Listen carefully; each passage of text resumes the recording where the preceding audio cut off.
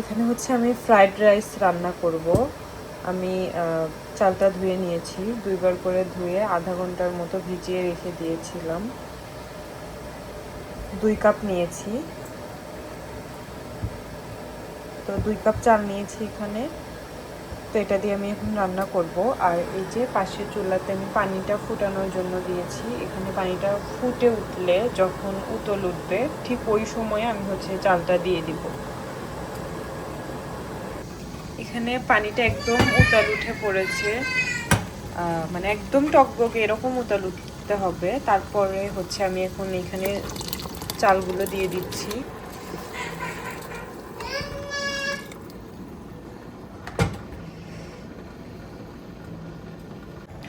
চালটা দেওয়ার পরে যখন উতাল উঠবে, সে পর্যায়ে অনবরত এইভাবে একটু পরে পরে নেড়ে দিতে হবে, যাতে মানে কোনোভাবেই পাতিলে পোড়া লেগে না যায় বা বসে না যায়, তাহলে চালটা ঝরঝরে হবে।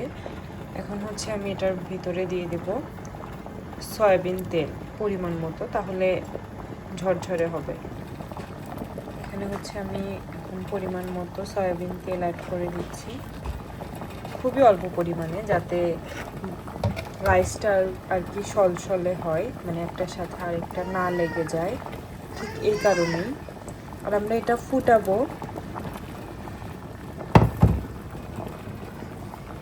এই রাইসটা হচ্ছে যখন মানে রান্না করা হবে, তখন আর কি একদম চুলার পাড়ে দাঁড়িয়ে রান্না করতে হবে, একটু পরপর দেখতে হবে, কোনোভাবেই রাইসটা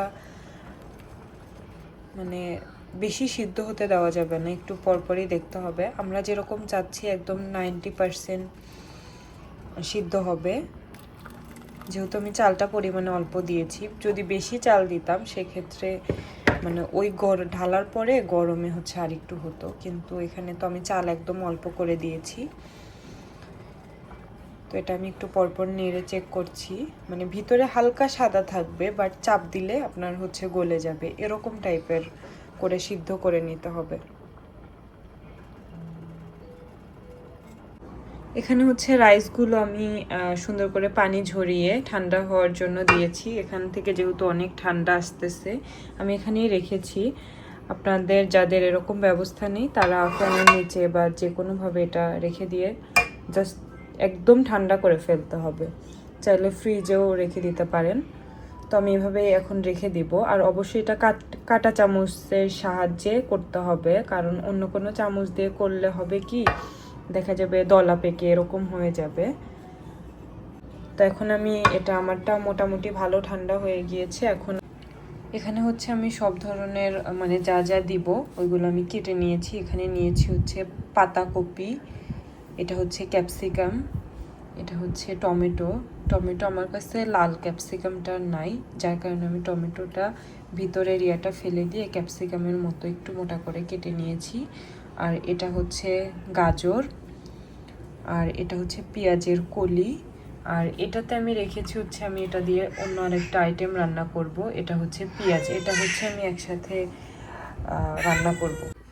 এখানে হচ্ছে আমি মাংস নিয়েছি, একদম মানে সলিড মাংস, বেস্টের মাংস নিয়েছি। কতটুকু আপনারা পরিমাণে দেখতে পাচ্ছেন, কারণ আপনারা যেটুকু দিবেন ওই পরিমাণে হচ্ছে দিতে হবে। আর এখানে হচ্ছে আমি দিয়ে দিচ্ছি লবণ, তারপরে হচ্ছে দিয়ে দিচ্ছি এটা হচ্ছে লাল মরিচের গুঁড়ো। আমাদের মরিচটাতে বেশ অনেকটা ঝাল, যদি বেশি ঝাল হয় তাহলে একটু ওইভাবে পরিমাণ করে দিতে হবে, কমিয়ে দিতে হবে। আর এখানে হচ্ছে এখন দিয়ে দেব, এখানে হচ্ছে আমি আরও দিয়ে দিচ্ছি এটা সয়া সস। সয়া সসটা একটু বেশি পরিমাণেই দিতে হবে। তারপর এখানে দিয়ে দিচ্ছি কর্নফ্লাওয়ার। এখন আমি এগুলো খুব ভালো করে মিক্স করে নিব। কর্নফ্লাওয়ার, সয়া সস যাতে একদম সব কিছুতে সুন্দর করে গায়ে মেখে যায়, এটা আমি ম্যারিনেট করে রেখে দিব। এই তো এখানে আমি খুব সুন্দর করে সব কিছু মাখিয়ে নিয়েছি, এটা এখন আমি রেস্টে রেখে দেব।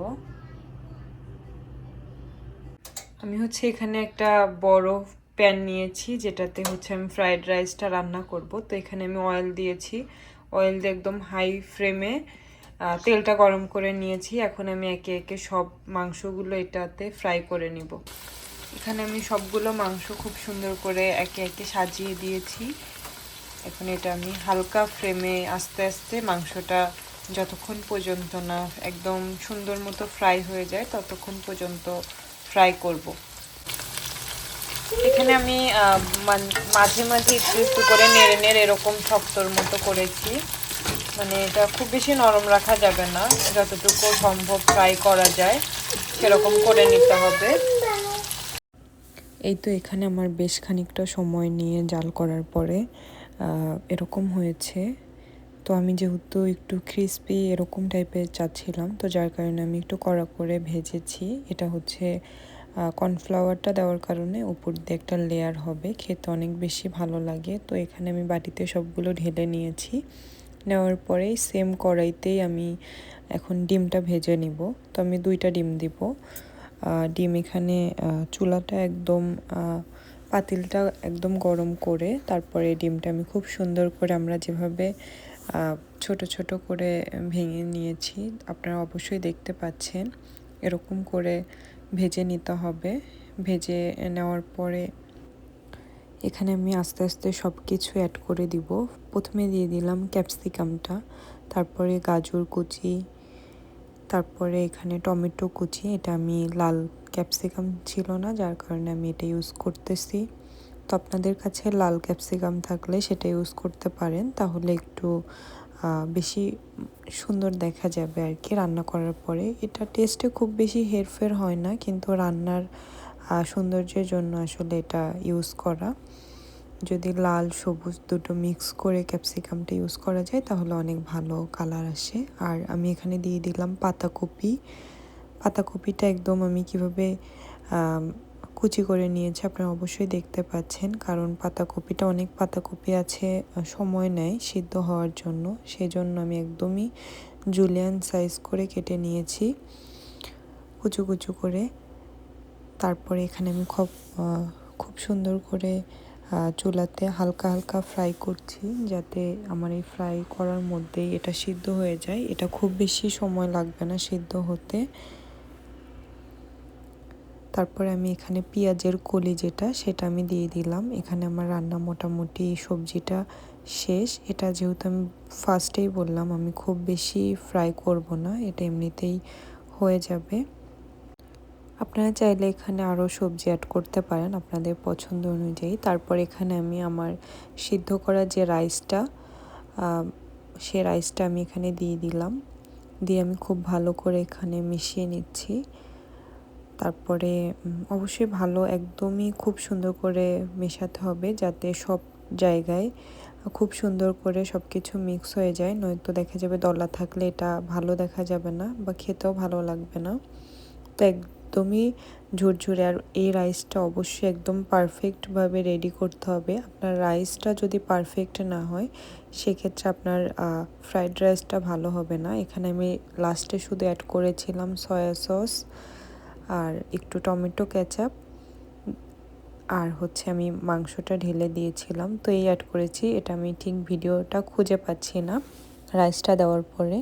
তো এই যে আমার ফ্রাইড রাইসটা দেখেন কি সুন্দর হয়েছে, এটা খেতেও অনেক বেশি মজা হয়েছিল। আপনারা বাসায় একবার হলেও ট্রাই করে দেখতে পারেন। যদি ভালো হয় অবশ্যই কমেন্ট করে জানাবেন। আজ এ পর্যন্তই রাখছি, সবাই ভালো থাকবেন। যারা এখনও আমার চ্যানেলটাকে সাবস্ক্রাইব করেননি তারা প্লিজ আমার চ্যানেলটাকে সাবস্ক্রাইব করবেন, পাশে থাকা বেল বাটনটা প্রেস করে দিবেন। আল্লাহ হাফেজ।